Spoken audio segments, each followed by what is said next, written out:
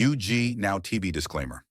The content shared on this channel is for informational and entertainment purposes only. UG Now TV does not guarantee the accuracy, completeness, or reliability of any information presented. Viewers are encouraged to conduct their own research and verify details independently. The channel and its creators shall not be held responsible for any actions taken based on the content viewed here. Copyright 2025 UG Now TV, all rights reserved. Kweyanzizaako nnyo omulungi akyekumidde ku mukutu guno eno okuva eri ddala gye twali twawummulira naye nga leero mu ngeri ey'enjawulo nzize n'ensonga nnene mu bunene bwayo ate abalala bayinza ogiraba ng'ensonga entini naye ate nga nnene munnange kakati nga womanyi ku kitebe gye tusinziira e Kasubi kitebe kya L40 abantu bamaze ebbanga ddene nga babba abantu nga babba oli afera omuntu mu linnya lya Mwami Matayo n'afera n'akozesa logo eya L40 logo eyo era ya Mwami Matayo munnange oli n'atakomaoko naggulawo oba tugiyite TikTok account kubanga Mwami Matayo we tuba tuzze kale mu kulaba okwangu nti y'omu kati ku bannayuganda munnange bwe tuba kale tukiyise nti oba tugeze kyaliwo mu bulungi essaawa zino y'omu ku bannayuganda abasinza TikTok account naye nga ye ng'omuntu alina TikTok account emu eyiye eri official era woba ogenze ku TikTok okwo channel eyo eri mu bantu nga emitwalo nga 23 bwe nasembye gikebererako ng'eri mu bantu ng'emitwalo 23 naye abaana baggulawo channels mu manya ga Mwami Matayo oli ne yeeyita Prophet Matayo oli ne yeeyita Matayo Omulanzi oli ne yeeyita Pastor Matayo oli ne yeeyita simanga obaani oba ondoozo kitegeera era nayo n'ogenda ku TikTok essaawa ya leero n'oteeka mu test Prophet Matayo channels zigenda kujja lwakuba nti era entuufu eyawuka okitegeera wetuva awo ne tudda ku bifaananyi kati bwe twatandika okukola Mwami Matayo azenga akyogera lunywe nti abafere bo ajja bakwata kati abalala ne batandika okutema ebigambo ti Matayo woba otunula mu bantu lwaki tolaba abo abaferera mu mannya g'abantu mu mannya go ne baferera abantu abalala okubajjako ssente gwe tolaba nti gwe ng'omuntu kiba kikunafuya oba gwe ng'omuntu kiba kikale kireetera abalala okukuyisaamu amaaso ekibuuzo ekyo mwakifowadinga era ne tukimusomera oba ne tukimubuuza naffe waneno ku mpewo naddala awo ku channel eri ku channel ya L40 ya Prophet Matayo ekibuuzo ekyo yakiddamu n'agamba nti yandibakozeeko naye ayagala kati ayagala yandibakozeeko ye ng'omuntu naye obuzibu tebabba ye okitegeera ate nga n'ebyokukola mu kiseera ekyo byali bingi kati naawa olukusa baluyita lukusa nti eri yenna gwe baali bafezeeko eri yenna gwe baali babbiyeko nti akwate ekkubo agende ku poliisi akole ki awawaabire omuntu oyo abaferedde mu linnya lye nti nze Prophet Matayo weereza kuno ssente bwe ziti biki okitegeera ne bannayuganda bannaye naffe twebereremu bangambye sigenda kujja naye ngenza olaba mwanange banteerako empemu anti gwokola noono nedda just nze neiba kuno line eriko amanya go sikyekyo ono takusindikirangako sente ono just namuwandiikiza line mumanya anti kati bwemutekola nedda nze besibikola line yiyo kati gwe lwaki wamusasira line bw'obadde tolaba vidiyo zange ono nga bw'oziraba ng'oziwono n'atema n'ateekayo nze sibavunaana kukola vidiyo zange wabala kyembavunaana kiri eki kubba abantu ne mubasiineka ku ofisi yange nze maze n'ennaku 3 nga sikola nga ndi kummwe kubanga mwabbi omukadde ennamba ekukubidde teri mmanya ga Mwami Matayo oba teri mmanya ga Prophet Matayo ennamba eri mannya ga mukyala oli naakufera naakugamba nti teeka kuno eno emitwalo 4 ngenda kujjanjaba mu nnaku 6 oba okitegeera ekintu ekyo n'okebera gwe kenyini erinnya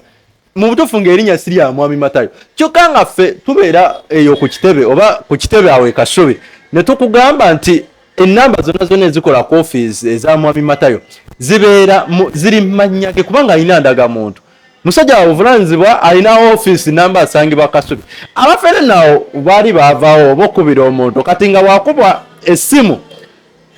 n'amugamba nti oba oli ne bamuggyako ssente tugeze bamuggyeko emitwalo 4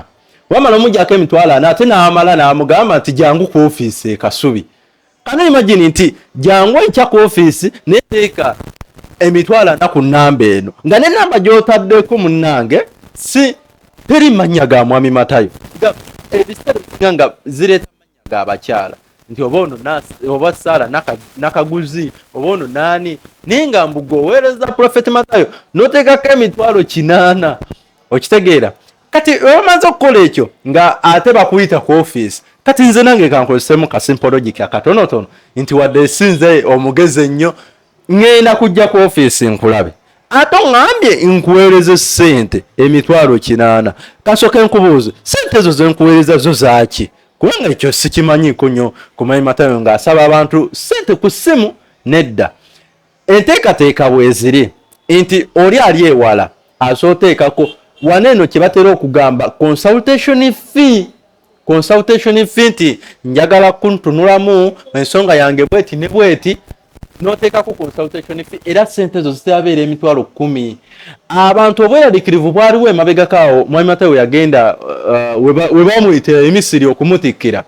n'abantu nga balowooza nti consultation fee bagenda mwongeza ave ku mitwalo 10 oba agende ku mitwalo nga 15 oba ki naye bwe yakomawo era ne tukimubuuza n'agamba nti ezo ssente n'akubreakingira down ssente ezo kyezikola nti mafuta kwatatambuza bigere era zimutwala ku nnyanja kutunda mu bizibu naye omuntu n'akugamba teekako emitwalo 8 naawe n'oteekako ate ng'otuuse ne ku ofiisi abantu bangi bazze nga wano ku ofiisi nga bakaaba amaziga naye saagala kugenda nnyo mu bingi kubanga enkya ndowooza enkya tujja kumufuna omwami oyo ngamba mwami Matayo tukole programu atubulire ebisingako awo bingi kubanga leero munnange ennaku z'omwezi 3 Desemba 2025 nziwaddeawo wakati wa ssaawa 5 awo munnange omusajja nga tebamukubira nti wano ku poliisi waliwo akapya jangu okonfaminga abantu bano okitegeera era ababadde ku ofiisi mu kaseera ako basobola okukujulira nti afulumyewo bulungi nga n'abagamba nti nfunye emergency kwati kibadde kya bulijjo naye abadde ayagala kulaba ba Prophet Matayo bafaanana batya munnange Prophet Matayo omunga yayi oba dread oba yasiba kaviiri kikali eri era ebibuuzo bibadde bingi nnyo ku poliisi babadde ku poliisi y'e Kasubi era waliwo kati ntegeddeko awo katonotono era nga wogenda okuwulira mwami Matayo oba nga wowulidde mu katambike ketugenda okuzanyira omufere kigambibwa mbu bamugjeeyo mu gundi side z'ejjinja Eastern kati buno n'obubaka bugenda eri abafere bonna nti olaba bakwata oli oweewala ate olwo gw'owookumpi kati yagambye oba abyogedde ku poliisi oba abyogedde mu kagundi awo akatambike tusosola baka ababadde ku TikTok oba bali ku TikTok mu akatambi ako mukafunyeeko n'agamba nti abafere yonna gye bali azzenga abalabula n'agamba nti beetegeke okutunda ebibanja abazadde bali beetegeke okutunda ebibanja oba ente oba biki okugjayo bano kubanga ekituufu obulumi bungi abantu bababbe bangi era nayo ng'oba olinayo ennamba oba ng'olina akawunti mu mannya ga mwami Matayo oba Prophet Matayo nze advice gye nandikuwadde osobola okugijja okutambuza vidiyo ekyo kyo takiinaako buzibu ate nno osobola n'okujja ofiisi n'omusaba nti nze njagala tambuza vidiyo zo ekyo tekiinaako buzibu kubanga era buli omu aba ayagala obubaka butambule butuuke eri oyo oba osanga abwetaaze okusinga ennyo. Kati okutambuza obubaka naye kenyini oba okitunuddemu tekibaako bunabuzo. Naye ate gw'otaddewo ennamba timunkubireko mbajjanjabe. Omusirikale abuuzisaawo omufere nti aha nange kati njagala kunkuza njagala kukola ki ntunulaamu sebo Prophet Matayo nga bagamba ono omufere gwe baakutte nanti abadde akubiranga abantu kati ekyasinze okumalamu amaanyi era eyabizadde yenna eyasinze okubizaala yabadde bambi mukazi nga mukadde era kino kyakutteko nnyo ku mwami Matayo. Yabadde omukazi omukyala kamuyite mukyala kwa yabadde mukyala nga mukulukulu tumuyite omukadde nti bamufeze naye nga bamufererawa bamuferedde wano kuki ku madaala ag'ekizimbe Princess Complex we tusinziira okubanga tukutuukako ebina gy'osinziira naawe okubanga otulaba. Omukyala yavudde mu kyalo n'ajja wano e Kasubi aze kulaba mwami Matayo naye waliwo omufere era oyo yennyini gwe baakutte oba omukyala oba yabadde anoonya nti yabadde mu bintu bya ttaka okitegeera yabadde mu bintu bya ttaka kigambibwa mbu kubanga tugenda kufuna full report enkya nga tufunye mwami Matayo oyo n'ate n'atunyonnyola ebisingakaawo. Kati omukyala abadde mu bintu bya ttaka omukyala mu kubeera mu bintu by'ettaka kati ng'ayagala oba tukiyita okulitunda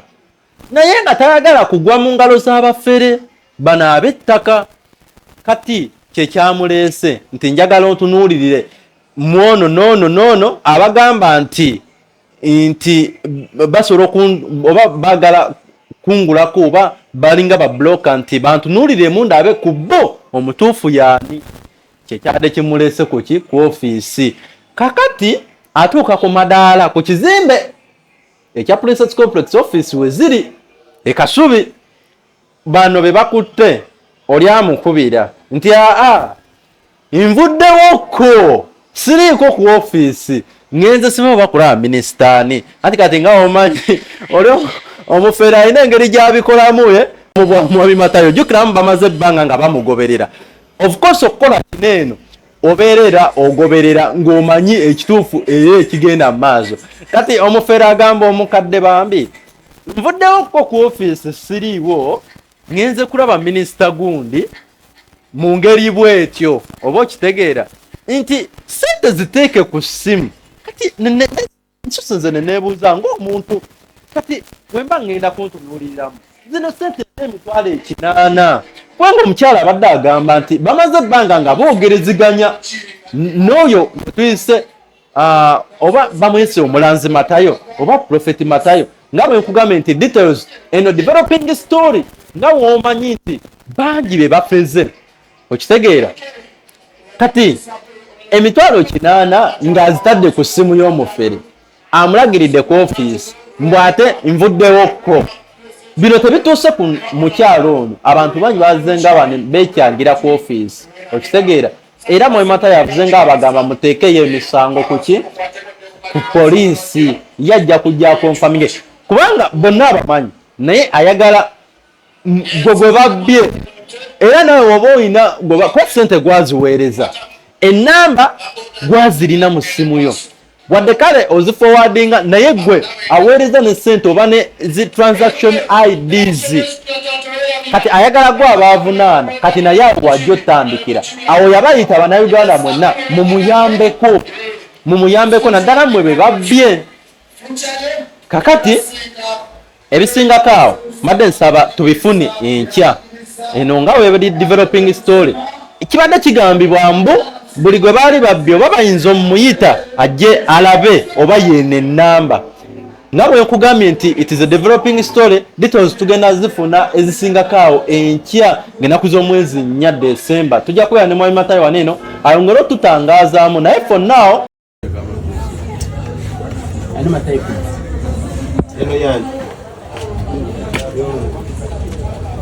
okwata ne iPhone sio Matayo akwata iPhone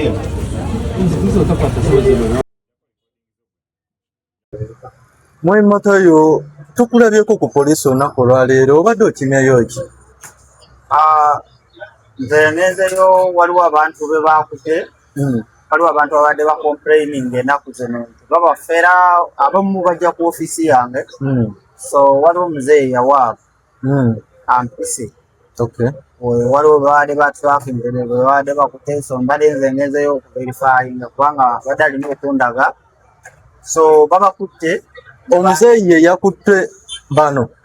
yes yawaaba then nze kubanga bamuba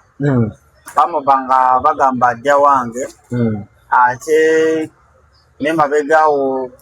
jukira nabagambako nti waliwo omukyala eyacomplaininga nti omwana we baali baagala mumukozesa nga bamaze omujjako sente mu linnya lye era mu linnya lyange so okwewala ekyo nze nabagamba bagende ku polisi bawaabe kuba nze siba na budde obwo bukolaki kugendayo so babakutte nze badde ngenzeho okuverifyinga kulaba abantu abaferera mu linnya lyange bayitanze nga tesiiti babakwatiddewa bano babajje busoga jinja igange abasajja gye babadde nga basinzira tewaliwo benataddewo be batrackinga waliwo abavubuka 8 benjagala okukwata babiri bali abavubuka 6 bali wano abalala bali eyo mu byalo bamu bali Mityana kubanga nze bakolera mu logo yange ya kampuni ate nze logo yange nagisasula nze nagyeyiyiza eri mu mateeka bakozesa erinnya lyange omuntu obeera wano n'ava eri ng'agamba nakuwa ssente abamu bakubira ne Karule nga bamuvuma twabawa ssente temutukolako tetwogera ne matayi yatugambye kino yatugambye tusabe nze sibuulira muntu kusaba kitegeere so babakutte n'abalala bajja bakwata babakutte eri waleero so lwakuba nti mbadde bize era mbadde nina ebintu byenkwasaganya ebikyanemeseza n'okukola naye namaliriza enkyanja kuba nkola so just mpitiddewo buyitizaawo ku poliisi sirina byenkola ne poliisi ndowooza tujja kufuna details ebyo kale katuwerekereze nze Stone M njagala nkusiibulire wano eno nga tukyayongera okwetegereza ensonga. UG Now TV disclaimer. The content shared on this channel is for informational and entertainment purposes only. UG Now TV does not guarantee the accuracy, completeness, or reliability of any information presented. Viewers are encouraged to conduct their own research and verify details independently. The channel and its creators shall not be held responsible for any actions taken based on the content viewed here. Copyright 2025 UG Now TV, all rights reserved.